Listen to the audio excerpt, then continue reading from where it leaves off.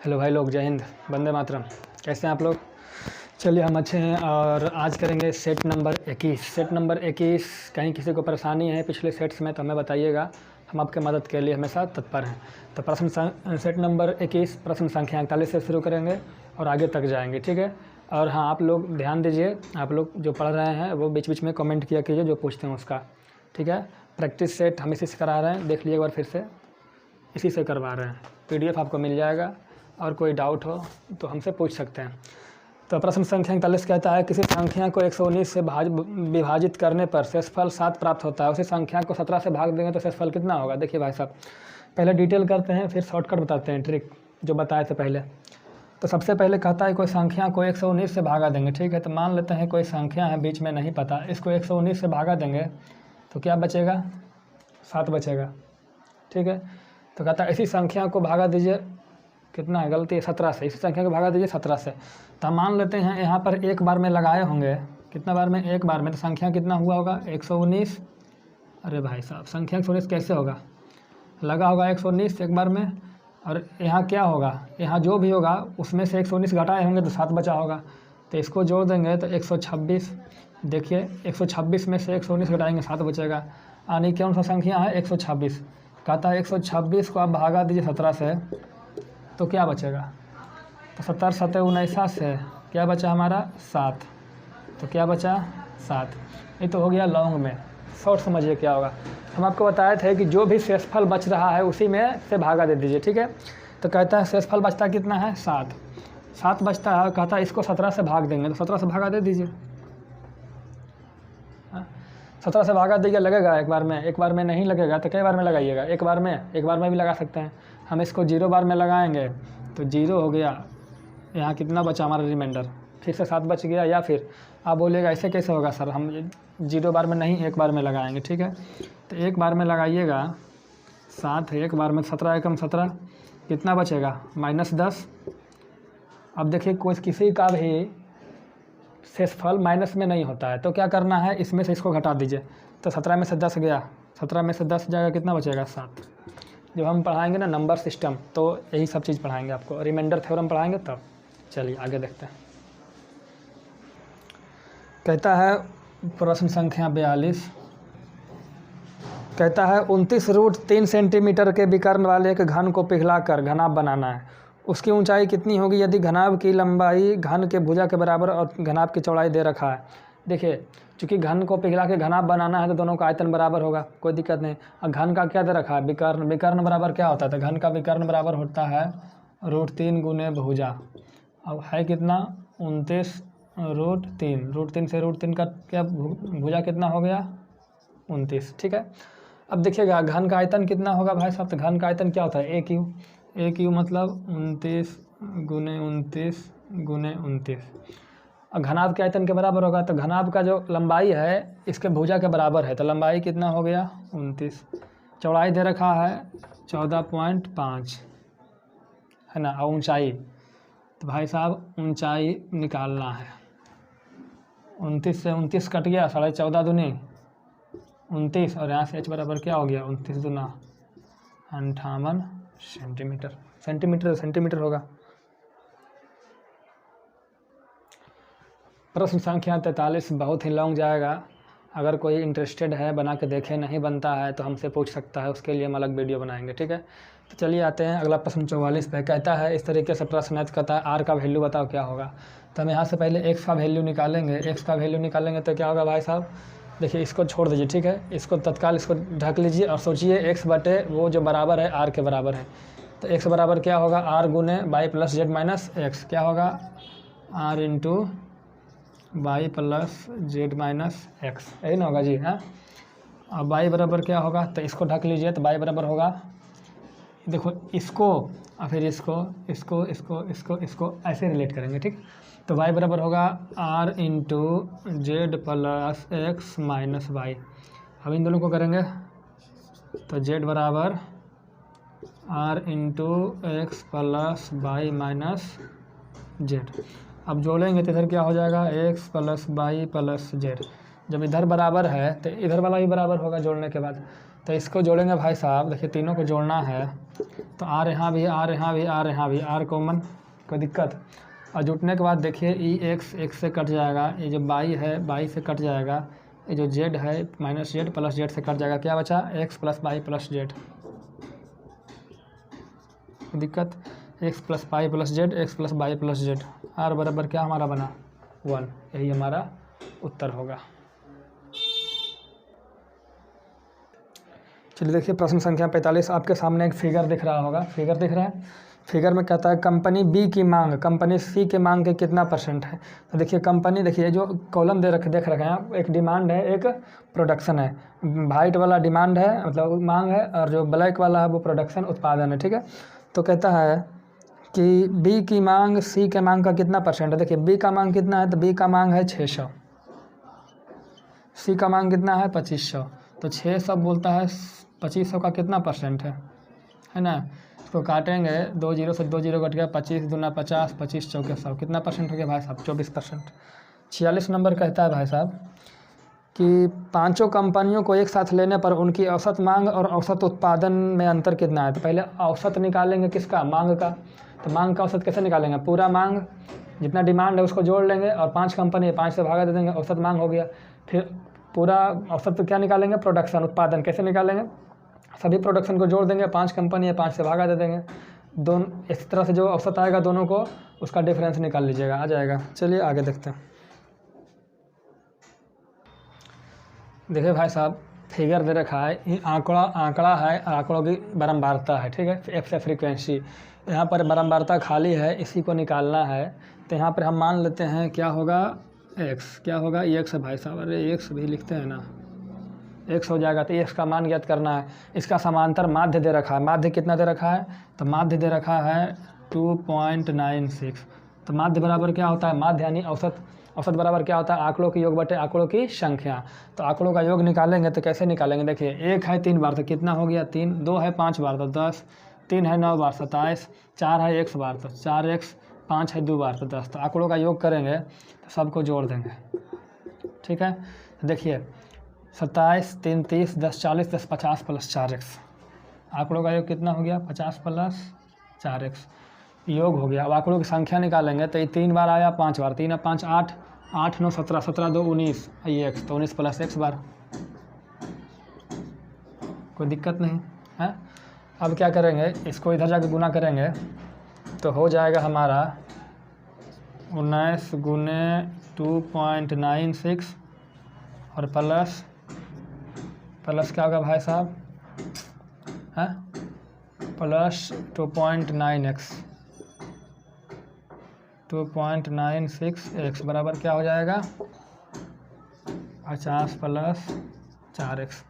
इस x को इधर भेजिएगा तो जो हमारा बनेगा वो क्या बनेगा 1.04x। इस 50 को इधर भेजिएगा तो इसको गुना कीजिएगा तो बनेगा 19 से पहले गुना कर दिए तो 19 छक 14 हाथ से, 19 17 से, 19 दूना 38, 4 2 8 7 15 1 16 3 1 4 1 5, क्या बनेगा भाई साहब, ये बनेगा 500 2 अंक के बाद 56.24। इसको गुना कीजिएगा तो बनेगा 56.24, आई हो जाएगा कितना -50। तो यहाँ से कितना हो जाएगा भाई साहब, 56 में से घटेगा तो 6.24 बराबर कितना 1.04x। इसको हटाएंगे बटे 100, इसको हटाएंगे बटे 100, 100 से 100 कट गया, कोई दिक्कत है। तो यहाँ से x बराबर क्या होगा, तो x बराबर 624, 624 और बटे 104, तो कै बार में कटेगा जी 6 बार में। तो x बराबर कितना हो गया 6 हो गया, यानी यहाँ जो x का वैल्यू होगा क्या होगा 6 होगा, यही निकालना था। चलिए कहता है कि दो बिंदुओं 1 3 और 3 5 से गुजरने वाली रेखा के बाई अंतःखंड ज्ञात कीजिए। देखिए बाई 2 पॉइंट है, इसे रेखा बनाइए और जो रेखा गुजरेगी उसका बताइए बाई से कहाँ से जा रहा है, बाई एक्सिस से कहाँ से गुजर रहा है, ठीक है। तो इसे निकालने के लिए पहले हमें उस रेखा का समीकरण निकालना होगा। तो रेखा का जो समीकरण का जो फॉर्मूला होता है कोऑर्डिनेट ज्योमेट्री में ए होता है बाई माइनस बाई 1, इस तरीके से जो भी है, ठीक है। तो हम यहाँ से क्या है ना, देखिए ए जो है हमारा x1 है, ए हमारा x2 है, ध्यान है ना, x1 है और ये बाई n1 है, और ये हमारा x2 है और ये हमारा बाई 2 है। ठीक है, मान रखेंगे, देखिए मान रखते हैं फटाफट।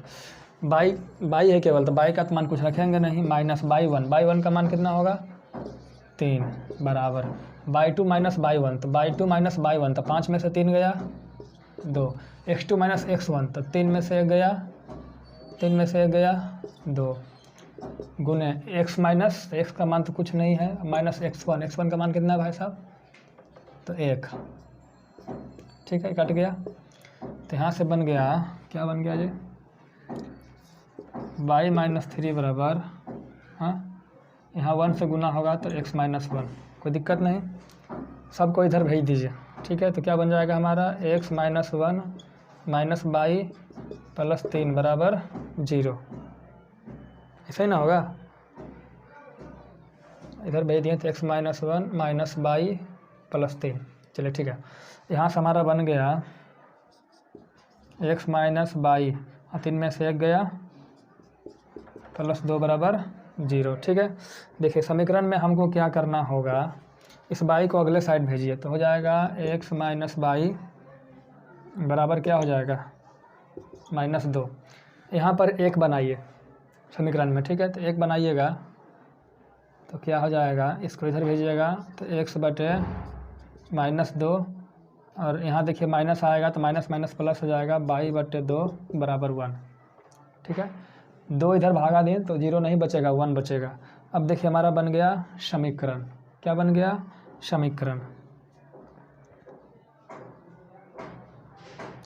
ठीक है, तो कहता है भाई साहब देखिए x का मान होगा माइनस 2, यहाँ से देखिए x का मान माइनस 2, बाई का मान 2, तो x का मान माइनस 2 और बाई का मान 2, तो पूछा है कौन सा बाई एक्सिस, तो कौन सा मान होगा हमारा, उत्तर क्या होगा 2 होगा।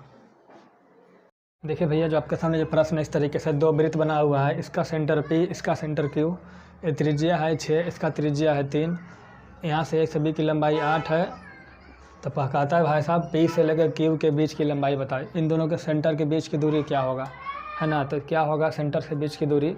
तो आइए देखते हैं कैसे क्या होगा। देखिए क्या करेंगे हम क्या करेंगे, देखिए हम जानते हैं यहाँ से एक चीज़, क्या जानते हैं, ये देखिए स्पर्श रेखा बना इसका, तो स्पर्श रेखा और त्रिज्या एक दूसरे पर 90 डिग्री का कोण बनाती है, तो यहाँ 90 बना, तो ये त्रिज्या है, स्पर्श रेखा है, तो यहाँ भी क्या बनेगा 90 बनेगा, ये पहली बात। देखिए ये जब 90 डिग्री है तो एक त्रिभुज बना रहा है, क्या बना रहा है भाई साहब, ये त्रिभुज बना रहा है ना, तो ये त्रिभुज कौन सा होगा, तो ये त्रिभुज जो होगा आपका वो समकोण त्रिभुज है, तो समकोण त्रिभुज है 90 डिग्री, समकोण त्रिभुज में 90 के सामने ही कर्ण है, तो ये कर्ण है तो कोई ना कोई लंब होगा, कोई ना कोई आधार होगा, तो कोई लंब रहे कोई आधार रहे, हमको कर्ण निकालना है, तो इसका स्क्वायर प्लस इसका स्क्वायर, तो 6 8, तो हमारा कर्ण क्या हो जाएगा भाई साहब 10, कर्ण निकालना जानते हैं ना जी, लंब का स्क्वायर प्लस आधार का स्क्वायर का अंडर रूट, तो इसको निकालेंगे तो यहाँ से यहाँ तक हमारा जो हो जाएगा वो कितना हो जाएगा 10 सेंटीमीटर। ठीक है, अब हमें चाहिए P से लेकर Q तक, तो हम तो यहाँ तक निकाल लिए लंबाई, अब हमको ये लंबाई मालूम चल जाए तो मेरा काम क्लियर है ना, उसको जोड़ देंगे निकाल लेंगे। अब देखिए कैसे निकालेंगे, देखिए ये 90 है और 90 के सामने कर्ण है, तो कर्ण निकालने के लिए यही हमको चाहिए, कर्ण निकालने के लंब का स्क्वायर प्लस आधार का स्क्वायर, ये आधार नहीं है तो पहले ये आधार निकालना होगा। तो आधार कैसे निकालेंगे, देखिए इन दोनों त्रिभुज में क्या कॉमन है, देखिएगा हम आपको समझाते हैं। देखिए ए कोण और ए कोण दोनों आपस में बराबर होगा कि नहीं होगा, होगा, क्यों होगा, शीर्षाभिमुख कोण, वर्टिकल अपोजिट एंगल, है ना, लाइन एंड एंगल में पढ़ा रहे हैं, तो ये दोनों 90 हो गया, सॉरी 90 नहीं, दोनों बराबर हो गया, और ये देखिए 90 ये भी 90, जब ये दोनों भुजा बराबर है, ये दोनों भुजा बराबर है तो ए भुजा, सॉरी भुजा नहीं कोण, तो ए कोण और ए कोण ऑटोमेटिक बराबर नहीं हो जाएगा, हो जाएगा, तो यानी ए से क्या हुआ त्रिभुज होगा समकोण, कौन कौन त्रिभुज कहाँ से लें, ए पी बी समरूप होगा, समकोण नहीं भाई साहब समरूप, ए पी बी 90 से उठाए तो 90 से उठाएंगे, फिर सेंटर पे जाएंगे तो सी क्यू बी, हमको चाहिए यही वाला भुजा, तो क्या चाहिए बी सी, तो बी सी बी और सी, है ना जी, सही लिखे हैं ना, गलती नहीं लिखे हैं, बी सी तो होना चाहिए ए बी। देखिए यहाँ से लेंगे ए और बी, देखिए जब भी दो त्रिभुज समरूप होता है तो उसका क्या मतलब है, उसका भुजाओं का अनुपात बराबर होगा। ठीक है, तो भुजाओं का अनुपात कौन कौन होगा, ए बी बीच वाला छोड़ के, तो बी सी बीच वाला छोड़ के, फिर और कोई भुजा लीजिए जो पता हो, तो हमको मालूम है AP शुरू वाला 2 गो, तो यहाँ से लेंगे शुरू वाला 2 गो CQ। कोई दिक्कत है? अब देखिए AB के मान कितना है भाई साहब, तो AB के मान है 8, BC के मान नहीं पता, AP का मान 6, अब BC का मान, CQ का मान 3, तो 3 दूनी 6, 2 से काटो 4, तो BC बराबर क्या हो गया 4, तो BC बराबर 4 हो गया। तो ये वाला जो हमारा मान हो गया भाई साहब, ये 4 हो गया, ये 4 हो गया, ये 3 है, ये 90 है, समकोण त्रिभुज में कर्ण होगा, तो ये कितना होगा 3 4 5।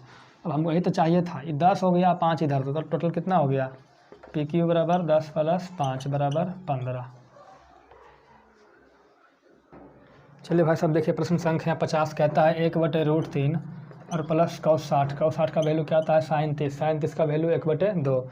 इसको जोड़िए भाई साहब, तो LCM लेंगे तो 2√3, यहाँ से √3 कटेगा तो 2 + √3, हमारा उत्तर हो गया। कोई दिक्कत?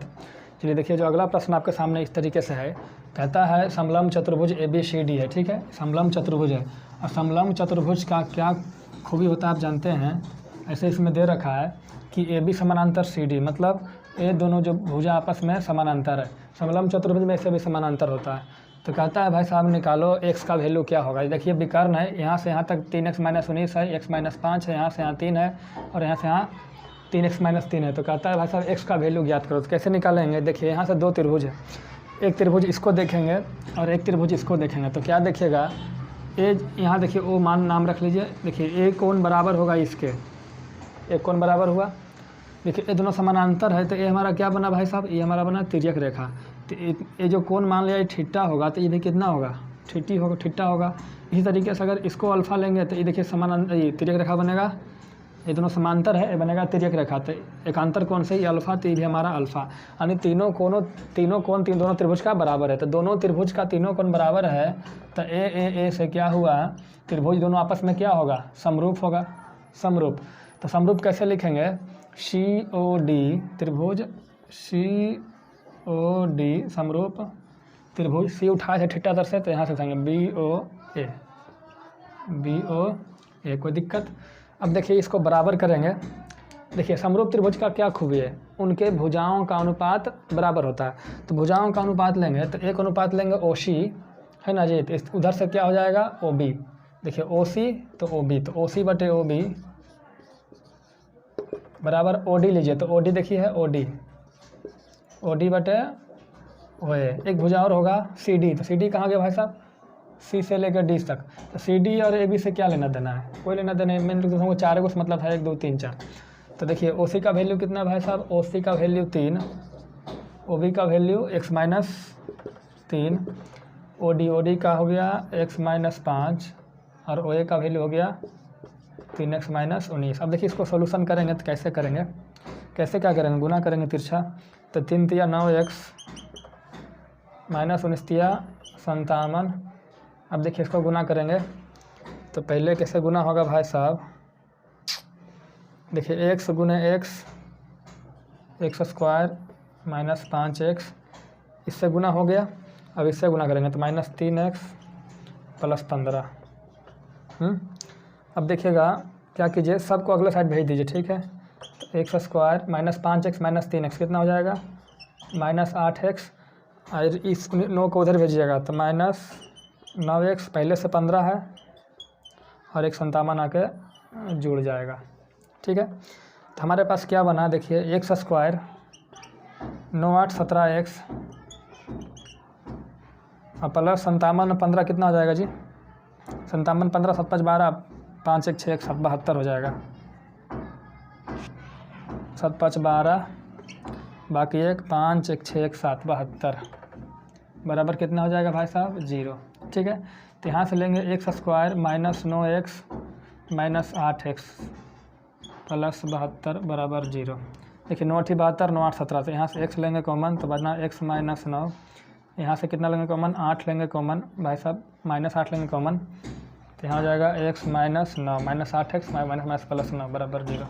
तो देखिए एक हुआ x - 9 बराबर 0, x हुआ x - 8 बराबर 0, ठीक है। तो यहाँ से x बराबर हो जाएगा 9, यहाँ से x बराबर हो जाएगा 8। कोई दिक्कत? हाँ, तो कहता है भाई साहब बताओ हमको x का वैल्यू, तो या तो 8 होगा या तो 9 होगा। चलिए इसको कैसे करेंगे, देखिए जो प्रश्न है इसको क्या करेंगे ना, पहले पॉइंट हटाइए। तो 95 गुने 85 बटे कितना हो जाएगा 17 गुने 19। देखिए जो पॉइंट हटाए तो यहाँ एक अंक के बाद, यहाँ 1 2 3 अंक के बाद, तो 3 1 4 अंक के बाद, तो यहाँ से पॉइंट हटाएंगे तो 4 अंक के बाद, तो 4 को 0 हो जाएगा। ठीक है, अब नीचे कितना हटाए 1 2 3 4 और 2 6, तो इसमें भागा देंगे 1 पर 6 0 से, 1 लिखे 6 0 से तो ऊपर चला जाएगा।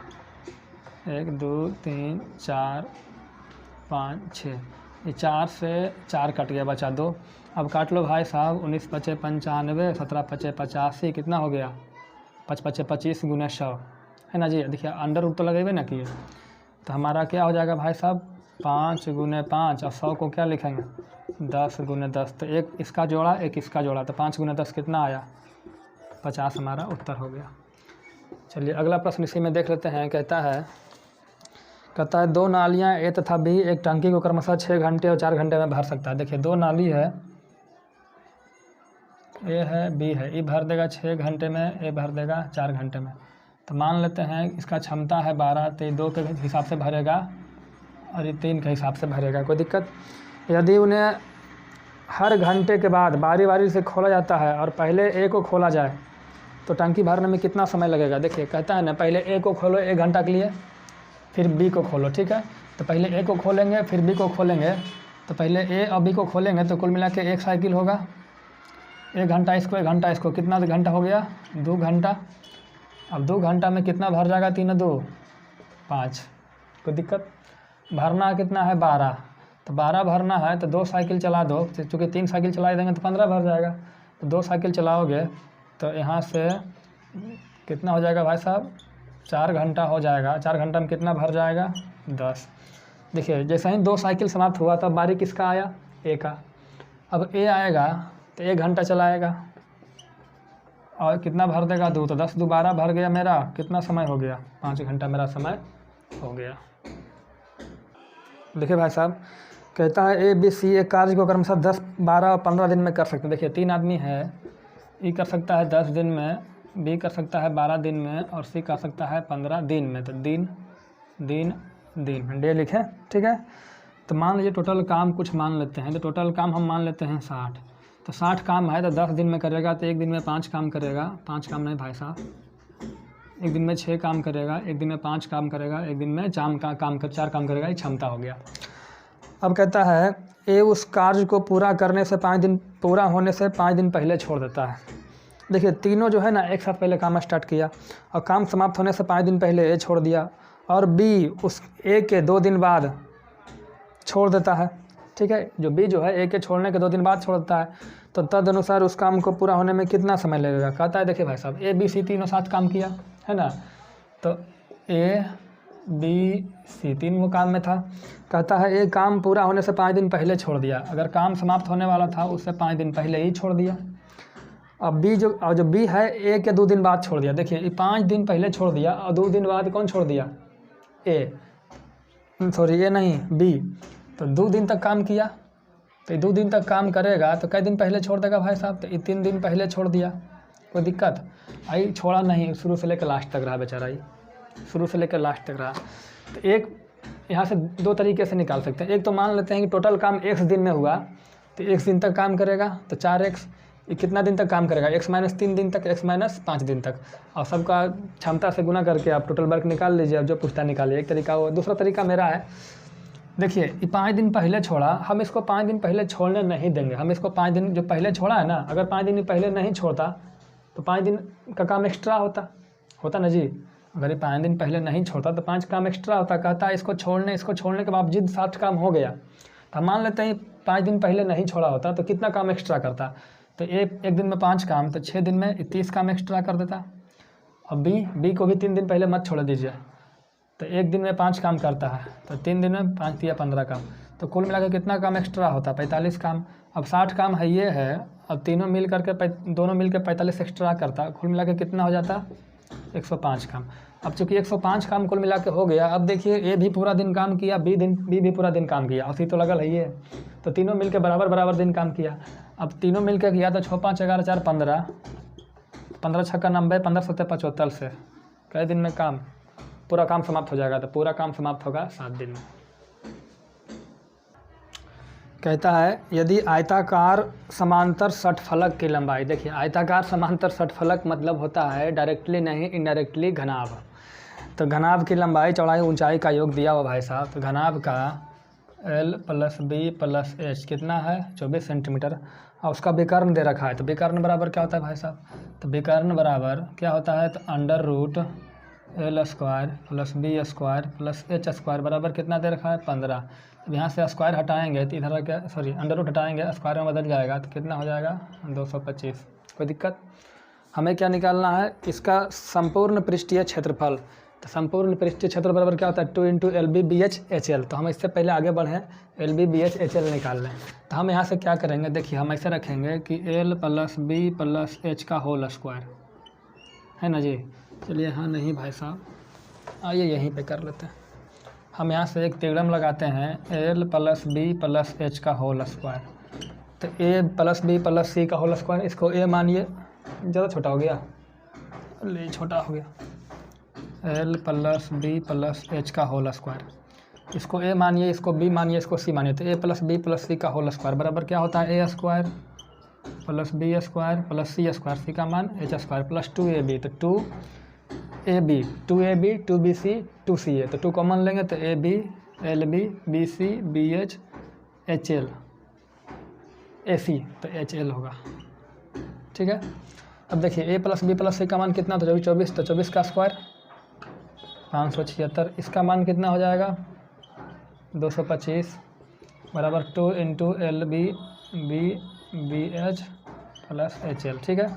तो यहाँ से इसका मान हो जाएगा 2 × LB + BH + HL बराबर कितना घटेगा, तो 6 में से 5 गया 1, 7 में से 2 गया 5, यहाँ कितना 5 में से 2 गया 351।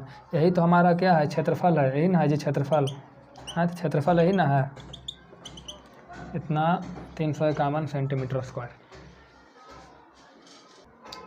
चलिए प्रश्न संख्या 56 इतना बड़ा क्वेश्चन है कि आदमी देख के भड़क जाएगा, समझ में ना आएगा। क्वेश्चन बहुत ईजी है ना, इसको पढ़ने से डरिए मत, पढ़िए।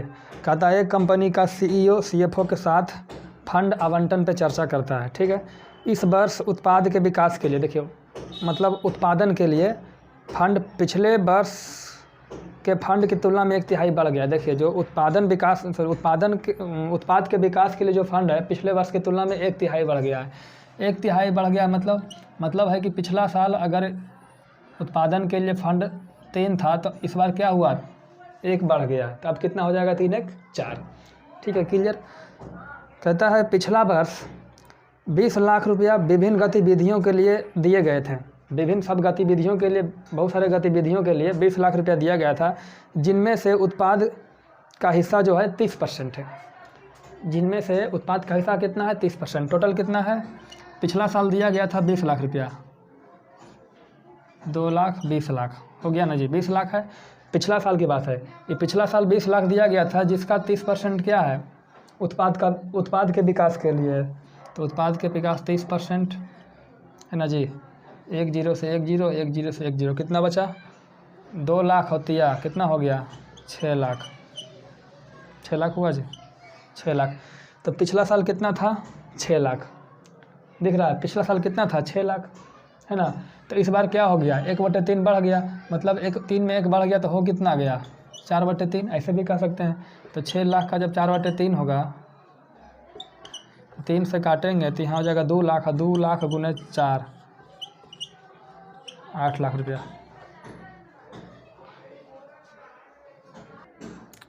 कहता है एक व्यापारी नगद भुगतान पर अंकित मूल्य पर 10% छूट देता है। देखिए भाई साहब CP SP MP इस पोर्शन से डेली क्वेश्चन 2-3 क्वेश्चन हम कर रहे हैं आपके सेट में। कहता है 10% छूट देता है साहब। तो 10% का मतलब क्या हुआ भाई साहब, 10% का मतलब हुआ 1/10, मतलब छूट किससे मिलता है MP पे MP मार्क प्राइस अंकित मूल्य 10 है, 10 में 10 का 10% छूट यानी 1 का छूट, यानी अंकित मूल्य 10 है तो 1 का छूट देंगे, कितना बेचेंगे 9 में। और कहता है इसके बावजूद उसे 17% का लाभ होता है ना। 17% का लाभ होता है तो 17% का मतलब क्या होता है, 17% का मतलब 17/100, मतलब अगर इसका लाभ है, मतलब क्रय मूल्य पे लाभ होता है, क्रय मूल्य 100 है तो 17 रुपया लाभ हो रहा है, तो विक्रय मूल्य कितना रुपया हो रहा है? 117 रुपया। तो कहता है अंकित मूल्य लागत मूल्य से कितना ज़्यादा है ना? तो कितना ज़्यादा है देखेंगे। सबसे पहले देखिए यहाँ पर विक्रय मूल्य 9 है, यहाँ पर क्या है 117 है, तो बराबर करेंगे। तो 70 7 19 से तो ऐसा करेंगे 9 और 117 का एलसीएम लेंगे, ठीक है। 9 और 117 का, तो 9 से लगाएंगे 9 एकम 9, 9 एकम 9, 9 3 27, 13 9 17 हाँ से, ठीक है। तो ऐसा कीजिए 13 गुने 9 और कटेगा जी। तो इसको 9 है तो 9 से इसमें 13 से गुना कर दीजिए, तो इधर भी 13 से गुना हो जाएगा। तो 13 9 17 हाँ से 17 हो गया। अब ये ऑलरेडी 17 है ये, तो इसमें गुना करने की क्या ज़रूरत है, नहीं करेंगे। तो हमारा क्रय मूल्य हो गया 100 रुपया, मार्क प्राइस हो गया 130 रुपया, हमारा जो विक्रय मूल्य हो गया 117 रुपया। तो कहता है जो विक्रय मार्क प्राइस है क्रय मूल्य से कितना अधिक है? तो 30 अधिक है। कितना परसेंट अधिक है? तो 100 अधिक है, 30 अधिक है 100 पर, तो 100 पर 30 अधिक 30%। कहता है व्यापारी एक कलाई घड़ी 450 रुपये में खरीदता है, उसका अंकित मूल्य इस प्रकार निश्चित करता है कि उसे 10% छूट देकर भी 20% का लाभ हो। 10% का मतलब क्या हुआ भाई साहब? 10% का छूट दे रहा है, इसका मतलब 10 रुपया उस पर लिखा है तो 1 का छूट देगा, 9 में बेचेगा। फिर 20% लाभ, 20% मतलब 1/5, 1/5 मतलब 5 रुपया में खरीदेगा तो 1 का लाभ 6 रुपये में बेचेगा। इसको क्या करेंगे? बराबर करेंगे। तो बराबर करेंगे तो कैसे करेंगे? 9 दूनी 18, 6 दिया 18, 2 यहाँ तो 2 यहाँ, 3 यहाँ तो 3 यहाँ, मतलब 15 में खरीदेंगे 18 में बेचेंगे। अब 20 रुपया लिखेंगे, ठीक है। तो कहता है भाई साहब इसको खरीदे थे 450 में, कितना में? 450 में। तो 15 यूनिट 450 रुपया, तो 1 यूनिट 15 30 रुपया। तो कहता है इसका अंकित मूल्य कितना होना चाहिए? तो 30 से गुना कर दो भाई साहब, 600 रुपया इसका अंकित मूल्य होगा। देखिए भाई साहब कहता है कि 2 व्यक्ति संसद के चुनाव के लिए लड़े, उसमें से जीतने वाले उम्मीदवार को 57% मत मिला। देखिए मान लेते हैं टोटल जो वोट था वो 100 था, ठीक है। 100 की 100 एक्स मान ले, चलिए 100 एक्स मानते हैं। तो इसमें से 2 पार्टी था, एक था जीतने वाला, एक था हारने वाला। जीतने वाले को मिला 57%। 57% कितना होगा जी 100 का? 57 एक्स। तो हारने वाले को कितना मिला होगा? हैं तो 57 घटाएंगे तो कितना मिलेगा? 43 एक्स, है ना। अब देखिए कितना वोट से ही जीत गया बेचारा जीते वाला। तो 43 10 53 14 एक्स से, कितना एक्स से जीता? 14 एक्स से। और जीता कितना से भाई साहब? 42,000 से। जिसको हम 14 एक्स बोल रहे हैं उसी को परीक्षा वाला 42,000 बोल रहा है। तो 14 दूनी 28, 14 तिया 42, एक्स बराबर 3,000। तो बोलता है भाई साहब कुल कितना वोट था? तो कुल वोट कितना था? 100 एक्स। तो यहाँ से 100 में गुना कर देंगे 3,000 से, तो 3 और 3 2 5 0, 1 2 3 4 5, 3 लाख वोट था। कहता है भैया एक संख्या में से 10% कम कर दो तो वह 30 हो जाता है। देखिए भाई साहब 10% कम करने का मतलब क्या हुआ? 10% का मतलब हुआ 1/10। मतलब मान ले जाए कोई संख्या 10 है ना, कोई संख्या 10 एक्स है, तो 10 एक्स का 10% एक्स कम कर दो तो हो कितना जाएगा? 9। और हो कितना जाता है? 30। तो एक्स बराबर 30/9, काटेंगे 10 तिया 30, 3 तिया 9। तो कहता है वो संख्या कौन है? तो वो संख्या हमारा 10 एक्स है। तो 10 एक्स, तो 10 और एक्स का मान 10/3, तो 100/3, 33 सही 1/3 है वो संख्या।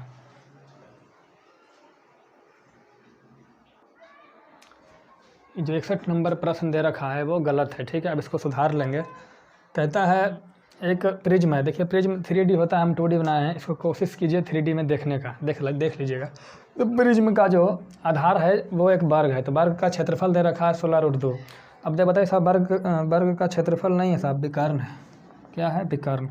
तो वर्ग का विकर्ण दे रखा है, तो विकर्ण बराबर क्या होता है वर्ग का? तो वर्ग का विकर्ण बराबर होता है √2 गुने भुजा बराबर 16√2 दे रखा है। तो √2 से √2 कट गया, तो हमारा क्या बन गया? हमारा बन गया, हमारा जो भुजा बना ये 16। मतलब क्या हुआ कि जो वर्ग है इसका भुजा क्या है? 16 16 16, ठीक है। अब इसका तिर्यक ऊंचाई देखिए दे रखा है, ये देखिए इसका तिर्यक ऊंचाई, ठीक है। ये है इसका तिर्यक ऊंचाई इधर वाला, ठीक है। और ये जो बीच में आप देख रहे हैं ना, ये 3D दिखने के लिए हम बनाए हैं। देखिए 3D पिक्चर है ना, तो ये पीछे वाले साइड का भुजा है, ये आगे वाला का नहीं है, दिख रहा है अलग बात है। तो हुआ क्या? देखिए ये पूरा पूरा 16 है। यहाँ से एक लंब खींचेंगे तो आपको एक क्लास में और बताए थे इस पे क्वेश्चन कि जैसे ही लंब खींचेंगे तो ये लंब होगा ना वो बीच में होगा। अब कैसे बीच में होगा हम कैसे बताएं आपको, देखिए मान लीजिए वो है प्रिज्म है तो इसका जो लंब होगा ना वो बीच में होगा। यहाँ से लेकर के देखिए, यहाँ से लेकर के ये बीच में होगा, ठीक है। तो ये बीच में होगा तो पूरा 16 है तो इधर हमारा 8 हो जाएगा, इधर हमारा 8 हो जाएगा, लंब हो जाएगा, लंब यानी 90 है। ये जो कर्ण है देखिए ये दोनों जो आप देख रहे हैं ना दोनों एक ही तल में है सीधा, लेकिन हम यहाँ तो दिखा नहीं सकते इसलिए थोड़ा तिरछा करना पड़ा। तो ये 8 है और ये किनारा वाला 17 है, ये भी 8 है 17 है, तो ये हमारा हाइट कितना होगा 15 होगा ना, यही तो पूछ रहा है। चलिए अगला प्रश्न संख्या 62 है। कहता है एक्स बाई जेड में कुछ धन वितरित किया गया। कहता है एक्स को 22 से 25% अधिक राशि मिला। देखिए एक्स को 22 से 25%, तो 25% मतलब क्या हुआ 1/4। तो किसको ज़्यादा मिला, एक्स को 22 से, मतलब एक्स का डिपेंड करता है वाई पे। तो हम मान लेते हैं वाई को मिला 4, तो एक्स को कितना मिलेगा 4 का 25% यानी 1 ज़्यादा। तो एक्स को मिला, वाई को मिला अगर 4 तो एक्स को कितना मिला होगा भाई साहब 5। फिर कहता है कि वाई को जेड से 25% कम। तो 25% मतलब क्या होता है 1/4। तो वाई को जेड से 25% कम, मतलब अगर जेड को मिला होगा 4 तो वाई को मिला होगा 4 का 25% 1 कम। तो जेड को यहाँ से मिल गया कितना 4, तो वाई को कितना मिला भाई साहब 1 कम 3। अब देखिए यहाँ से थोड़ा सा, यहाँ वाई को 4 मिला, यहाँ 3 मिला, बराबर करेंगे। तो यहाँ 3 से गुना करेंगे, यहाँ 4 से गुना करेंगे, बराबर हो जाएगा। चूँकि यहाँ 3 से गुना किए तो यहाँ भी 3 से, यहाँ 4 से, तो यहाँ भी 4 से। तो ए को मिला 5 दिया 15, एक्स को, वाई को मिला 12 और जेड को मिला 16। अनुपात पूछता है, यही अनुपात होगा। 62 का कहता है 20 लड़का है, 20 में से 6 का प्रत्येक का लंबाई 1 15 है, 8 में से प्रत्येक का लंबाई 1 10 है और अगले शेष कितना होता है 6 में से प्रत्येक का लंबाई 1 12 है। तो 6 में से प्रत्येक का लंबाई 1 मीटर 15 सेंटीमीटर है, तो 6 का लंबाई गुना कर देंगे। तो 1 छक्का 6, 15 छक्का 90, इसको गुना करेंगे तो 1 8 8, 10 8 80, इसको गुना करेंगे तो 6 कम 6, 12 छक्का 72। कुल लंबाई को जोड़ देंगे तो 8 9 17, 7 8 15, 9 24, गलती है 2 ना होगा जी, 24 के 4 बाकी 2, 8 6 6 12 8 20 और 2 22। कुल लंबाई कितना हो गया 22.42। और लड़कों की संख्या 10। तो 2 से भागा देंगे, 2 से भागा देंगे तो 11 दूनी 22, 21 दूना 42 और बटे 10। तो यहाँ से हम क्या करेंगे 10 से भागा देंगे तो हो जाएगा 1.121 मीटर औसत लंबाई। कहता है भाई साहब प्रश्न संख्या 64। कहता है एक बेईमान पंसारी, पंसारी क्या होता है बताइएगा, तो नहीं पता। चलिए, एक बेईमान पंसारी या दुकानदार चावल को 10% लाभ पर बेचता है और तौलने में जो बाट इस्तेमाल करता है वो नियत भार से 20% कम होता है। तो बताइए पंसारी का कुल लाभ कितना हुआ। देखिए कहता है कि वो चावल बेचता है 10% लाभ कमाता है। तो हम ऐसे मान लेते हैं कि हम मान लेते हैं 100 ग्राम चावल का जो क्रय मूल्य है वो 100 रुपया है, ठीक है। 100 रुपया का 100 ग्राम चावल 100 रुपये में ख़रीद के लाया। अब बोला ग्राहक से भाई साहब हम 10% लाभ लेंगे। 10% लाभ लेंगे मतलब कि हम 100 ग्राम चावल तुमको देंगे तो हम तुमसे 10% लाभ लेंगे। 100 का 10% 10 रुपया, तो हमारा कितना में बिकेगा 110 रुपया ले लेंगे, है ना। वो ग्राहक से देखिए 100 ग्राम चीज़ 100 रुपये में लाया, अब बोला हम 100 ग्राम तुमको 10% लाभ लेके देंगे, 110 में देंगे। लेकिन वो क्या किया धोखा से बाट को 20% कम कर दिया, है ना। मतलब 20% मतलब 20% का मतलब हुआ 100 ग्राम में 20 ग्राम कम। तो उसको बोला हम 100 ग्राम देंगे, उसको दिया भी 100 ग्राम दिखा करके, लेकिन एक्चुअल में था कितना 100 ग्राम नहीं था, था कितना 80 ग्राम था। और 100 ग्राम दिखा के 80 ग्राम दे दिया, पैसा पूरे 100 ग्राम के ले लिया। कितना ले लिया 110 रुपया ले लिया, पैसा यही लिया, भले यहाँ से कम दिया। तो यहाँ से देखिए एक्चुअल में ये हुआ हमारा ख़रीदा, ये बेचा, ठीक है। तो यहाँ 100 ग्राम ख़रीदा, 80 ग्राम बेचा। तो यहाँ से पहले क्वांटिटी बराबर करेंगे, तो क्वांटिटी 4 से गुना करेंगे तो 400 ग्राम, इसको 5 से गुना करेंगे तो 8 5 40 400 ग्राम। जब यहाँ 4 से गुना किए तो यहाँ भी 4 से गुना करो, यहाँ 5 से तो यहाँ भी 5 से। तो इसका मतलब क्या ख़रीदा कितना में 400 में ख़रीदा, तो बेचा कितना में 11 5 550 रुपये में। तो कोई चीज़ 400 में ख़रीद के 550 में बेचे तो लाभ कितना का 150 का लाभ। अब भाई साहब 150 का लाभ कितना पे 400 पे। तो 100 का कितना लाभ बटे क्रय मूल्य गुना 100 कट गया, 150 बटे 4 कितना हो जाएगा जी 37.37% इसका प्रॉफिट हुआ। कहता है एक रेडियो का लागत मूल्य 600 रुपया है। देखिए एक रेडियो को खरीदा 600 रुपये में, और कहता है 5% इस पर परिवहन खर्च हुआ, तो 5%, तो 5% कितना होगा जी 600 का, तो 30 रुपया। कुल कितना हो गया कीमत इसका, 630 रुपया। कहता है भाई साहब इसको 15% लाभ कमाना है तो कितना बेचेंगे, तो 15% लाभ कमाएंगे तो 115% लेंगे, है ना जी। तो काटिए इसको, 0 से 0 कटा, गुना कर दीजिए जो भी आएगा आपका, 63 गुने 115/10, गुना कर लिए जो भी आएगा आपका उत्तर होगा। कहता है भाई साहब ये पंखे को 600 रुपये में बेचने पे 10% की हानि होती है। देखिए 10% की हानि होती है, इसका मतलब क्या हुआ, इसका मतलब 10% का मतलब 1/10। इसका मतलब हुआ कि अगर क्रय मूल्य 10 रुपया है तो 10 का 10% एक हानि हुआ, तो हमारा विक्रय मूल्य कितना हो गया, विक्रय मूल्य हो गया 9 रुपया। कोई दिक्कत? 10% हानि होती है मतलब कि अगर 10 रुपया इसका क्रय मूल्य है तो 1 रुपया का हानि हुआ, विक्रय मूल्य कितना हो गया 9 यूनिट। अब विक्रय मूल्य है कितना 600, तो 1 यूनिट बराबर कितना होगा 600/9, तो 3 से भागा देंगे तो 3 दूना 6 और 3 तिया 9, तो इसका क्रय मूल्य कितना हो गया, सॉरी 1 यूनिट कितना हो गया भाई साहब, 1 यूनिट हो गया 200 रुपया, 200/3 रुपया। तो इसका क्रय मूल्य कितना हो जाएगा 10 यूनिट, 10 गुने 200/3 रुपया, ये हमारा हो गया क्रय मूल्य। अब क्या कहता है इसको 20% लाभ पर बेचने के लिए कितना में बेचेंगे, विक्रय मूल्य बताओ। तो भाई साहब हमारा क्रय मूल्य कितना है 10 गुने 200/3, ये 200 है। अब 20% लाभ लेना है, तो 20% लाभ लेना है 120/100। देखिए 2 जीरो से 2 जीरो कट गया, 3 से काटेंगे 40, तो 40 गुना 80 और गुना 100 10, 800 रुपये में इसको बेच देंगे।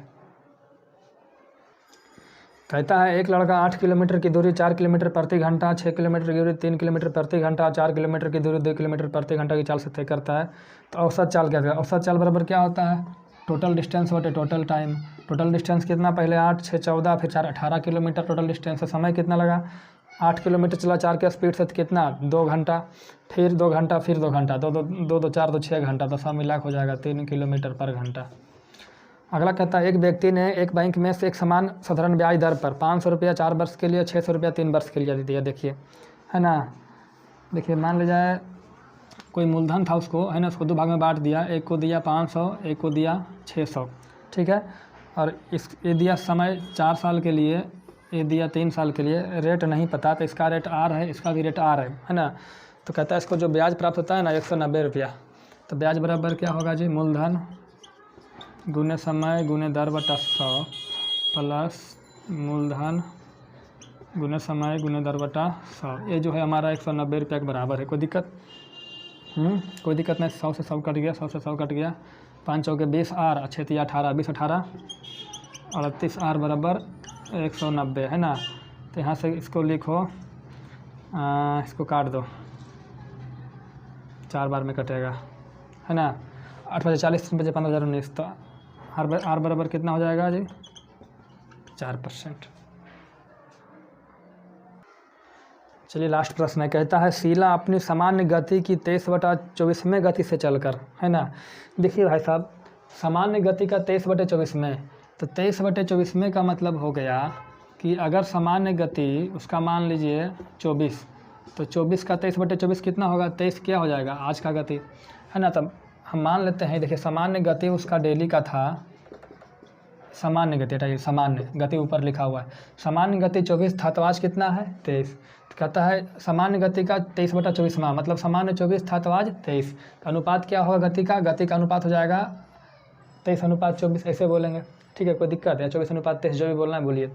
तो देखिए अगर डिस्टेंस फिक्स हो भाई साहब, डिस्टेंस क्या हो, फिक्स हो, देखिए कह रहा है ना कि डेली जाती थी और आज थोड़ा सा गति कम कर दी तो समय ज़्यादा लग गया, इसका मतलब डिस्टेंस कहीं ना कहीं फिक्स है। तो जब डिस्टेंस फिक्स हो तो गति का जो अनुपात होता है उसका जस्ट अपोजिट टाइम का अनुपात होता है। जैसे इसका अनुपात 23/24 है, तो इसका अनुपात कितना हो जाएगा 24 और 23, समझ रहे हैं। मतलब सामान्य गति से 24 की स्पीड से जाता था तो समय कितना लगता था 23, आज जब 23 की स्पीड से जा रहा है समय कितना लग जाएगा 24। देखिए ज़्यादा कितना लग रहा है, 1 यूनिट ज़्यादा लग रहा है, और ज़्यादा लग कितना रहा है 5 मिनट। तो 1 यूनिट कितना मिनट, 5 यूनिट। तो कहता है सामान्य समय बताओ, समान लगने वाला सामान्य समय यही ना है जी। तो 1 यूनिट 5, 23 यूनिट, 23 बचे 15 यहाँ से, मतलब 115 मिनट उसको जनरली लगता था। कोई दिक्कत, कहीं दिक्कत है? ठीक है, मिलते हैं अगले क्लास में, तब तक के लिए जय हिंद।